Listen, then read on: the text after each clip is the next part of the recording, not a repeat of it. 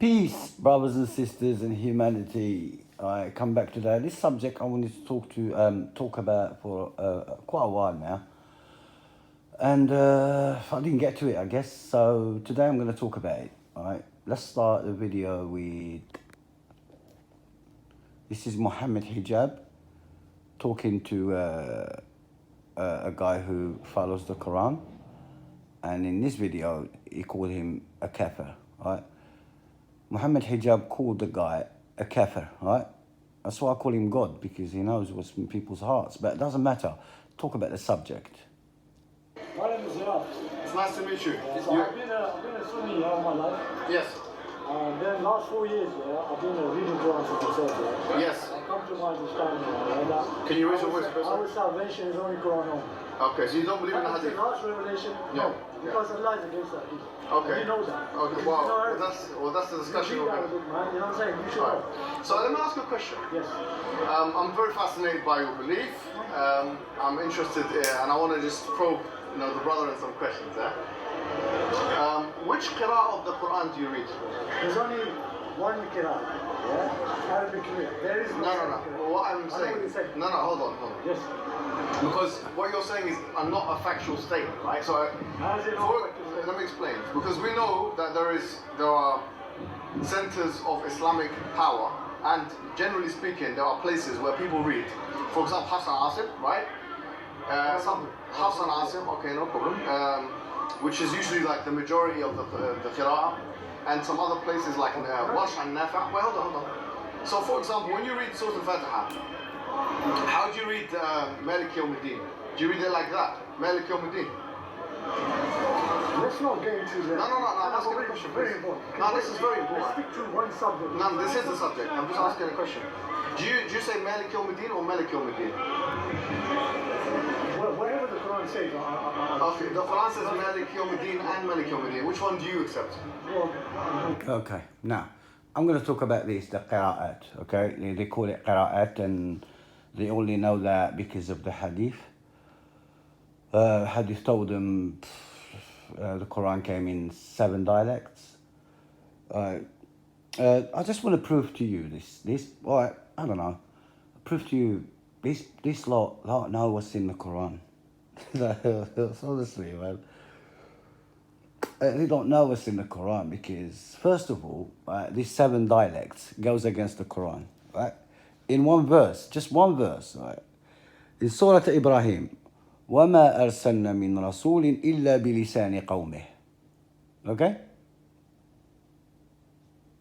That means we did not send any messenger except the language that his people speak, the tongue of his people.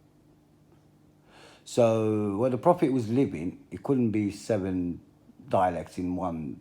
His people, that is his people, قومه, his people. Couldn't be 7 dialects in one town, can it?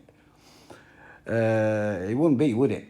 Okay, so and God said we only sent the scripture on the people's own language, on tongue. I mean, so there's no dialects here. So the Quran is one. There's no 7 dialects in Quran according to this ayah. Now, as I said, if he knew his book, his Quran, he wouldn't be saying that because it's very, very, very clear. Right? As I said, the Quran explains itself. Right? Explain itself. If something explains itself, there is no way you can add anything or put anything out of context in it. You can't just make a verse up and put it somewhere.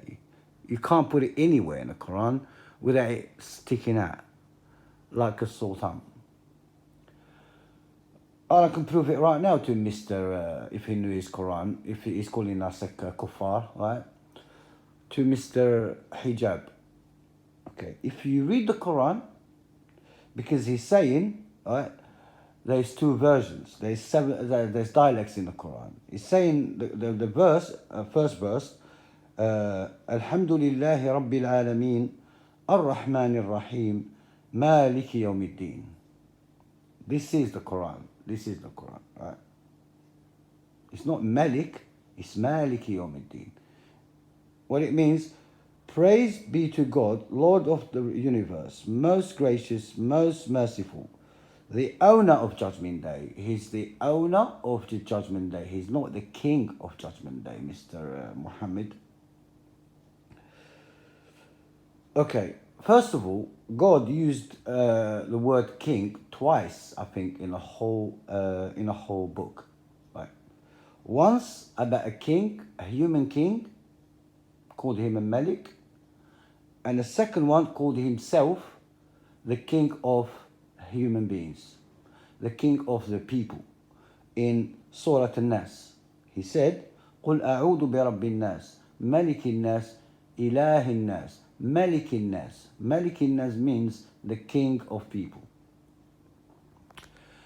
And how did I know, Mr. Mohammed, that it's Maliki, it's not Maliki, it's the owner, not the king? It's in another verse. It's Surah Ghafir, chapter 40, verse 16. يوم هم بارزون لا يخفى على الله منهم شيء لمن الملك اليوم لله الواحد القهار.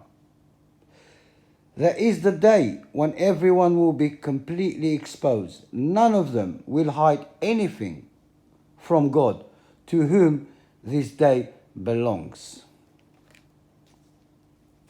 And even, you can't try and mix this up, right? This is it.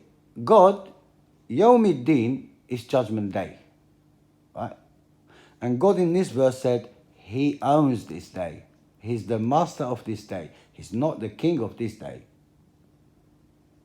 Simples, man. It's simple. I don't have to really debate with you. And simples. If you know your book, and even his Mufassirun, yeah? Right? In this chapter 40, Surah Ghafir, chapter 40, verse 16, even his clerics and his Mufassirin said this verse is talking about Judgment Day. That means Yawm al-Din, Yawm al-Hisab. Simples. You see, I didn't even have to take long. I just looked through a couple of verses, put them together, related them with each other, الترتيل, right? رتلت the verses together, searched a little bit for the word Malik, and searched a little bit for the word Malik, and the Quran explained itself. That means that Malik, if you're reading a Quran with Malik, that's not the correct one. And you're saying if the Quran been interrupted with? Yeah, of course. When you translate it, you're corrupting it. When you translate the Quran, you're corrupting it. But most people use the correct one.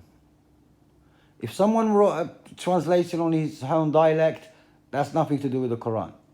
The only reason we're talking about it, that this is different, right? Because if the Quran is corrupted, we won't be talking about this. So we know what's right, we know what's wrong. Even if you create another book with another dialect, we will know you created that book.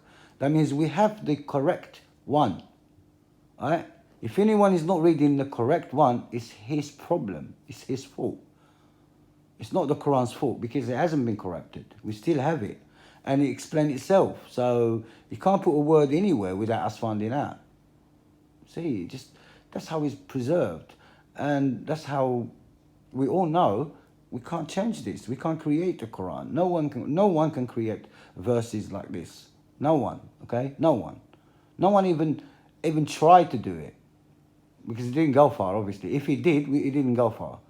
So it was found out.